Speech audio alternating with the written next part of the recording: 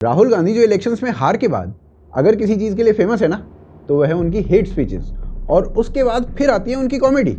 राहुल गांधी अपनी स्पीचेस में बिना किसी अकाउंटेबिलिटी के कुछ भी बोल देते हैं भाई साहब, कुछ भी।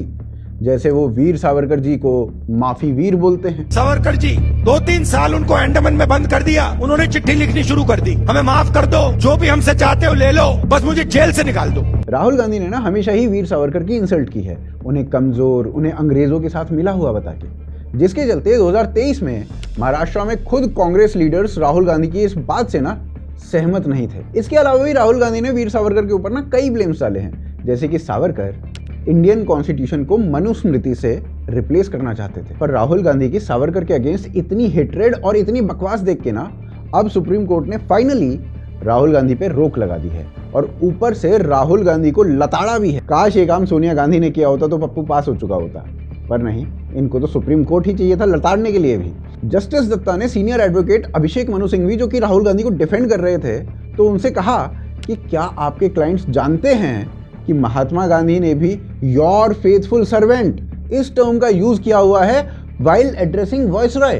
तो क्या भाई साहब गांधी जी भी ब्रिटिशर्स के सर्वेंट हो गए? जस्टिस दत्ता ने अभिषेक मनु सिंघवी से यह भी कहा कि क्या आपके क्लाइंट ये नहीं जानते कि उन्हीं की ग्रैंड मदर इंदिरा गांधी जब वो प्राइम मिनिस्टर थी तो एक लेटर में उन्होंने वीर सावरकर को बहुत प्रेज किया था। कोर्ट ने यह भी कहा कि फ्रीडम फाइटर्स की ऐसी इंसल्ट ना एक्सेप्ट नहीं की जाएगी, और राहुल गांधी का ऐसा करना इर्रिस्पॉन्सिबल बताया गया। और भाई साहब हमारी मानो तो राहुल गांधी इर्रिस्पॉन्सिबल हैं भी। राहुल गांधी ने कभी भी फ्रीडम फाइटर्स को ना सीरियसली नहीं लिया, हमेशा ही उनका मजाक बनाया है, उनको डिसरिस्पेक्ट किया है, जैसे वो फ्रीडम फाइटर्स ना हो, कांग्रेस के कोई चमचे हों।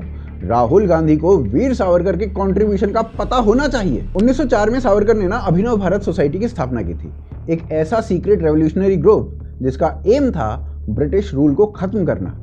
लंदन में ना स्टूडेंट रहते हुए सावरकर ने the first war of Indian independence 1857 लिखी थी, जिसमें उन्होंने ये बताया था कि 1857 का जो रिवोल्ट, जिसको ब्रिटिशर्स रिवोल्ट कहते हैं और हम आज़ादी की पहली क्रांति कहते हैं, वो सिर्फ एक म्यूटिनी नहीं थी, बल्कि एक यूनाइटेड वॉर था इंडिया की आज़ादी के लिए।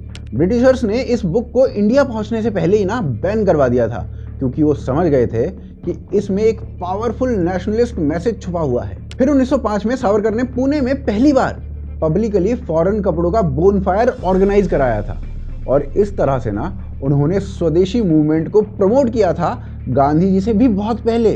फिर 1910 में उन्हें रेवोल्यूशनरी एक्टिविटीज में इन्वॉल्व होने के लिए ना अरेस्ट किया गया था। उन्हें सेल्युलर जेल अंडमान में भेज दिया गया, जहां उन्हें 2 लाइफ सेंटेंसेस यानी टोटल 50 साल की सजा मिली, और जेल में उन्होंने ना एक्सट्रीम टॉर्चर सहा, एक्सट्रीम टॉर्चर। एक और जेल के अंदर ब्रिटिशर्स का टॉर्चर चल रहा था, और दूसरी ओर सावरकर का पेन।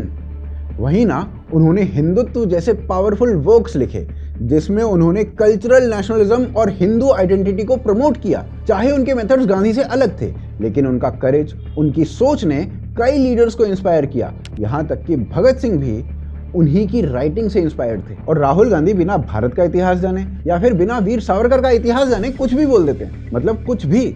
जनता को कांग्रेसी वर्कर समझ के रखे हैं क्या? उद्धव ठाकरे जो खुद सावरकर को प्रेज करते हैं और जो MBA में कांग्रेस के साथ हैं, क्या उद्धव ठाकरे राहुल गांधी को बता सकते हैं कि सावरकर कौन थे? अभी मोसाड ने भी अपनी रिपोर्ट में एक क्लियर किया है कि हिंडनबर्ग केस में भी ना राहुल गांधी इन्वॉल्व थे। राहुल गांधी खुद कोऑर्डिनेट कर रहे थे हिंडनबर्ग के साथ अडानी को टारगेट करने के लिए, जिसके चलते अडानी ग्रुप को $12 मिलियन का लॉस हुआ था।